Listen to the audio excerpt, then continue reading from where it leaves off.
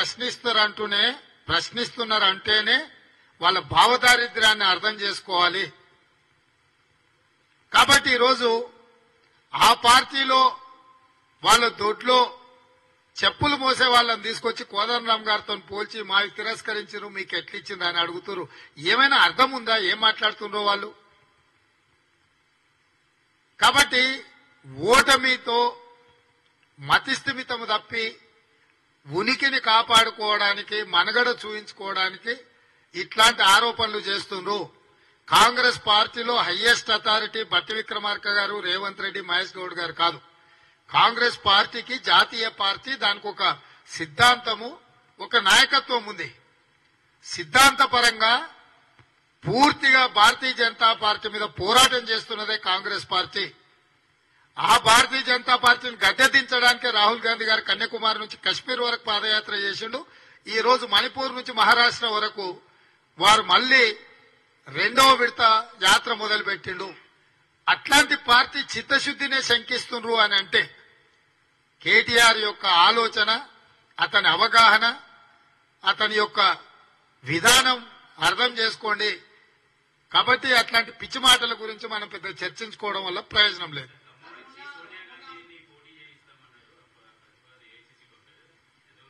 చారి గారు, తెలంగాణ రాష్ట్రం నుంచి సోనియా గాంధీ గారు పోటీ చెయ్యాలని ఏకగ్రీవ తీర్మానం చేసి పంపించినాం.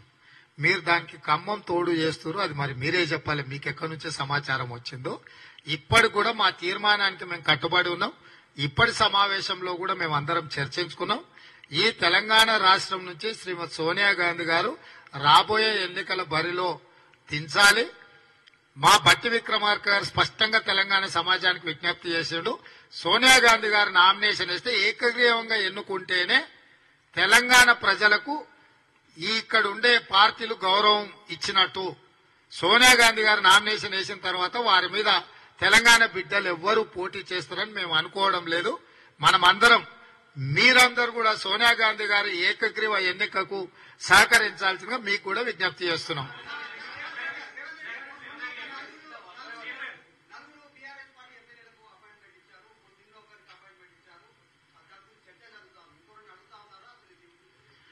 ఎవరు ఎమ్మెల్యేలు అడిగినా ముఖ్యమంత్రిగా అపాయింట్మెంట్ ఇస్తా. కేసీఆర్, హరీష్, కేటీఆర్ కూడా ప్రజా సమస్యల మీద ప్రభుత్వాన్ని కలవచ్చు. ఒకవేళ వాళ్ళ అపాయింట్మెంట్ అడిగిన సందర్భంలో నేను అందుబాటులో లేకపోతే మా ఉప ముఖ్యమంత్రి గారు కూడా అందుబాటులో ఉంటారు. స్పష్టంగా ప్రజల సమస్యల్ని పరిష్కరించడానికి ప్రతిపక్ష ప్రజాప్రతినిధులుగా వాళ్ళు ఎప్పుడైనా రావచ్చు, కలవచ్చు, ప్రజా సమస్యలు మా దృష్టికి తీసుకురావచ్చు. వాటిని పరిష్కరించడానికి ప్రభుత్వం ఎప్పుడు ప్రయత్నం చేస్తూనే ఉంటుంది.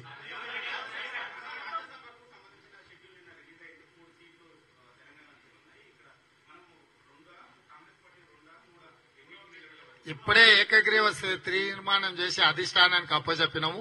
తప్పకుండా మీరు అడిగిన ప్రశ్నను అధిష్టానాన్ని అడిగి సమాధానం మీకు చెప్తాం.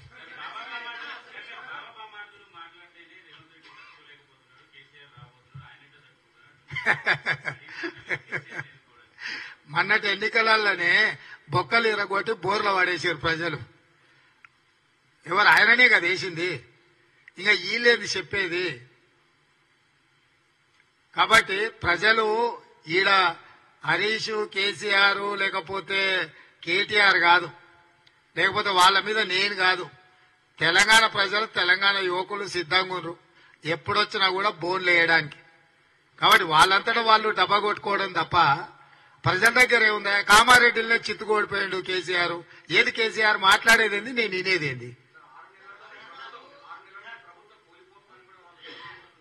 పిల్లి శాపనార్థాలకు ఉట్టి దిగిపడుతుందా? పిల్లులు శాపనార్థం పెడతానే ఉంటాయి. ఉట్టి మీద పాలు ఉంటే తాగనికి అందుబాటులో లేకపోతే పిల్లి కింద కూర్చొని శాపనార్థాలు పెడుతుంటది. ఏమున్నాయి వాళ్ళ గురించి మాట్లాడుకోనికే?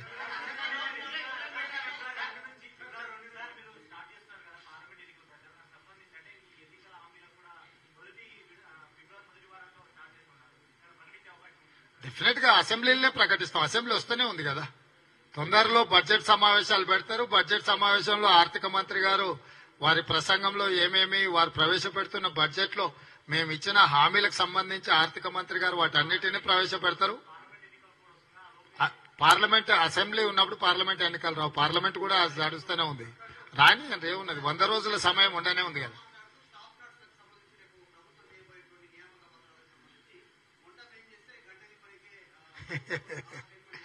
ఈ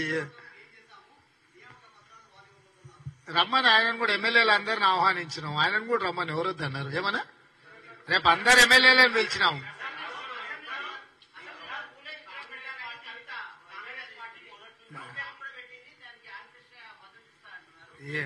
వాళ్ళు వార్ రూమ్ పెడతామన్నారు గతంలో, గట్లనే ఉంటది ఇది కూడా వాళ్ళ సమావేశాలు.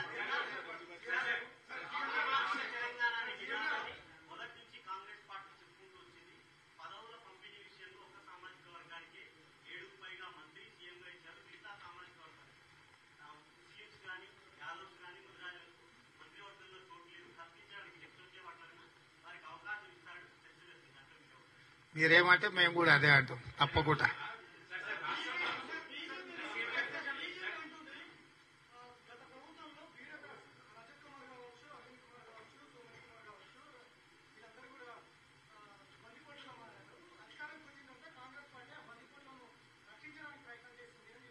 ఎవరంటూ ఎవరన్నా